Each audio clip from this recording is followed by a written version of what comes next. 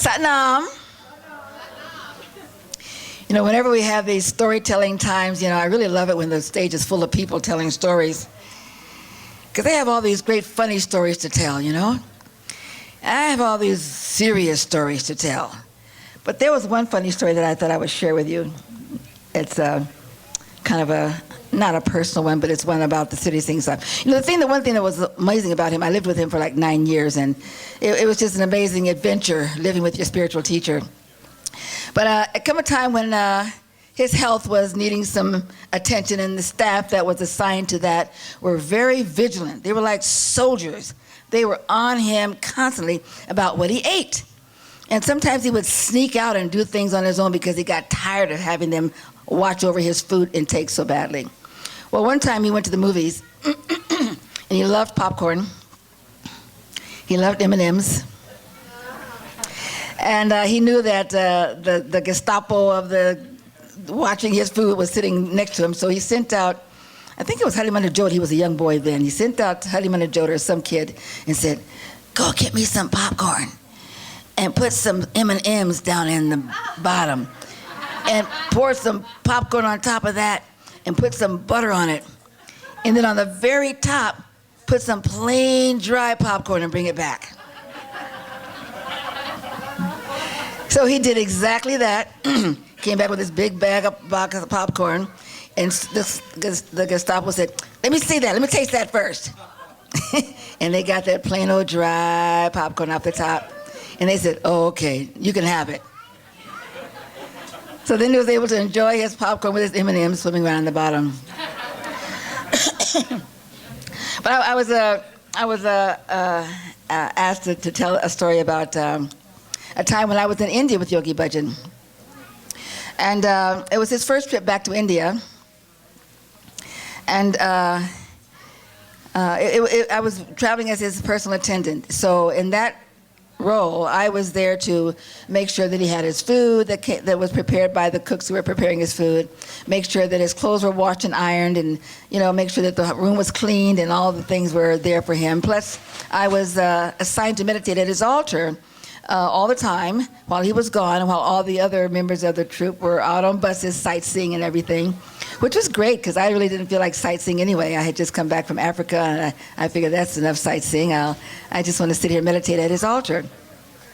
So, but one day we were in a little village just outside of Amritsar. I can't remember the name of that village, but he had been going through a lot of issues with the people there who were so angry with him for teaching Kundalini Yoga openly to for teaching Kundalini openly to the Westerners, to the Americans. They thought, oh, that's a real sellout. Here they've kept this science exclusively for those who had passed the test, who had qualified on some level to be privileged to study Kundalini Yoga.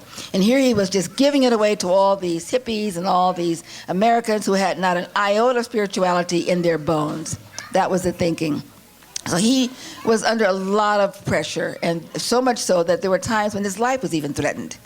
And we had to sit around and chant and chant and chant until the police showed up to keep him safe. But while he was out there talking to people and sharing and trying to convince them what we were doing there and who these people were from the U.S., people kept challenging him about his teacher. So you say the Guru Ram Das is your teacher, and Baby G's told that story so beautifully this morning about how much Guru Ram Das meant to him and how close he was to Guru Ram Das and how much affection he had for Guru Ram Das, and he was his teacher. And they said, well, if he's your teacher, then he must give you a mantra of some sort. So one day when I was massaging his feet before he went to sadhana, that was one of my jobs. It was a beautiful job to go in and massage his feet in the morning before we went to sadhana. I went in there to massage his feet, and he was sitting up in his bed. And he said, "Krishna, I've been up all night. Guru Ram Das has been sitting here next to me, and he gave me this mantra.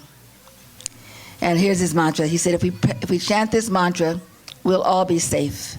We'll all be protected. We'll all be okay." And here's the mantra that he gave him.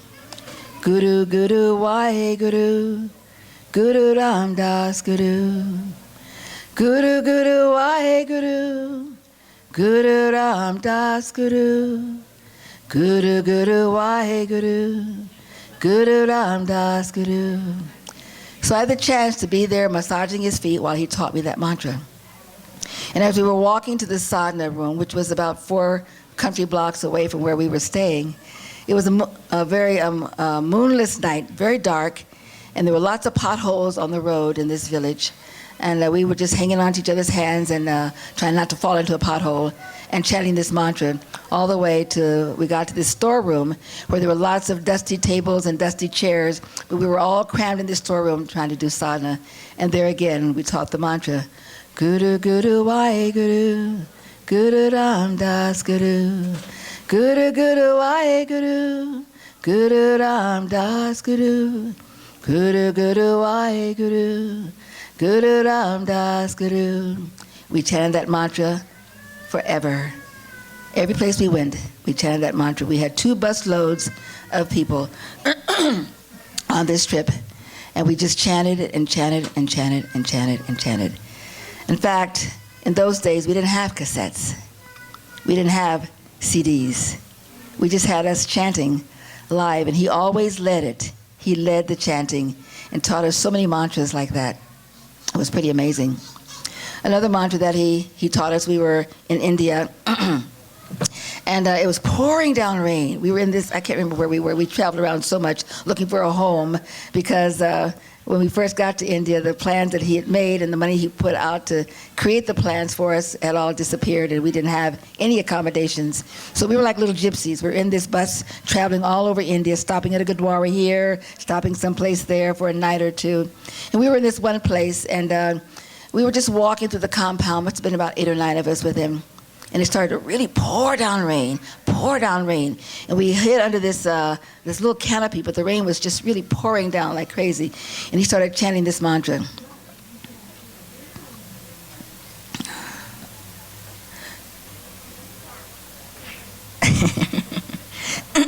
What is that mantra now?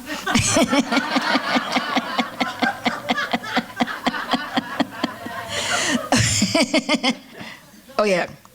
Guru Ram Das Rakho Sanai, Guru Ram Das Rakho Sanai, Guru Ram Das, Guru Ram Das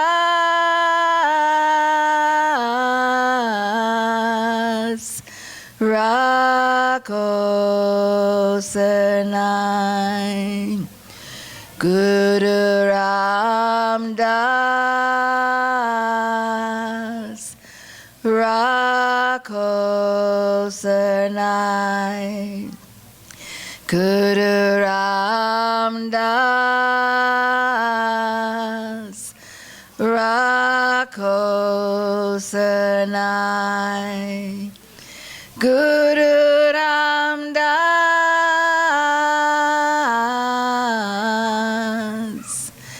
Guru Ram Das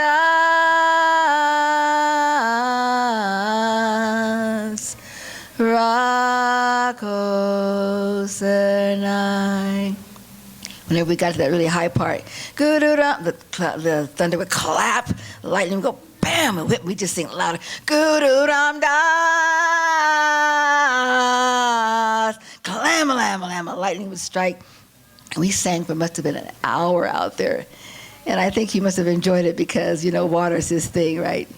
So it's like we were keeping the rain coming, and the rain was keeping us going. It was really quite powerful night. It was beautiful. Then there was one other little subject I'll quickly tell you about. He liked to cook. And whenever he cooked, it was always an adventure. And we never knew. There was never any warning. There was never any appointments made. It was just that, all right, he'd walk in, with his shawl over and his kachas on and his bare feet and walk in the kitchen. All right, get me this, get me that, get me this, get me that. We're all running around, chopping this and chopping that. Well, get me garlic. Okay. More. Okay.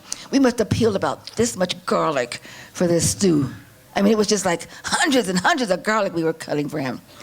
And he's stirring up this pot like this, and he's getting all this beautiful, savory smelling sauce. And he says to me, give me something green.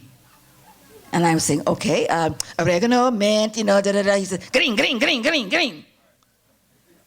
So I said, okay, green. I got him something green. He was happy. And it taught me a lesson. Sometimes it doesn't matter the details. It just matters the essence. So the essence of something green was more important than whether it was mint or basil or oregano or mint or anything. He taught a lot like that. One time I was helping him tie his turban in the hallway. And I was just standing there watching him tie his turban, helped him stretch it, and I'm just standing there watching him do it, and finally he gets the little thing out of his mouth, how you guys do. And he says, Krishna, you have to learn to make a 180-degree turn without losing your balance. So, I think we all have to learn to make a 180-degree turn without losing our balance sometimes, yeah? But that was a pretty wild lesson. Anyway, those are my stories. Sat Nam.